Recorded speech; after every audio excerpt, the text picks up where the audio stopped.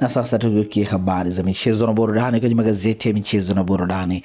Mikononi mwangu na gazeti Mwanaspoti lenye limeandika mwalimu aitikisa Simba TPL ijayo Mei 14, Mashujaa dhidi ya Simba Lake Tanganyika saa 10:30 jioni. Undani wa taarifa hii katika ukurasa wa pili. Mwalimu abaini Yanga inapovuja. Ijayo ni Mei 13, Dodoma Jiji dhidi ya Yanga Sports Club. Kocha huyo akishirikiana na Patrick Mabedi wamekabidhiwa kikosi hicho wakiongoze. Undani wa taarifa hii katika ukurasa wa pili. Master Azam wa hafla, habari katika ukurasa wa 3.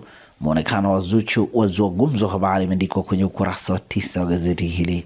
Morocco tishio jipya kombe la dunia, habari katika ukurasa wa 10. Mchezo wake wa Juni 14 mwaka 2026 ni Brazil dhidi ya Morocco. Zimebaki siku 31 kabla ya kombe la dunia.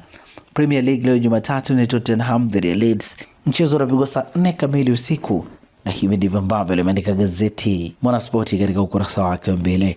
Magazeti ya habari za michezo na burudani. Gazeti ya Habari Leo katika ukurasa wake wa nyuma, habari za michezo limeandika Tanzanite Queens yafuzu finali kombe la dunia.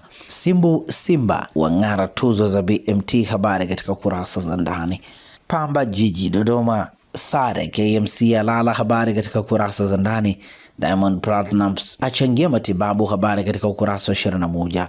Mwalimu akoshwa na kiwango Yanga, habari katika ukurasa wa 23. Na hivi ndivyo ambavyo nimeandika gazeti Habari Leo, gwiji la habari Tanzania. Ukurasa wa nyuma wa gazeti ya Nipashe lenyewe limeandika Kibaden miaka 49 sasa, rekodi yangu haijavunjwa, habari katika ukurasa wa 23.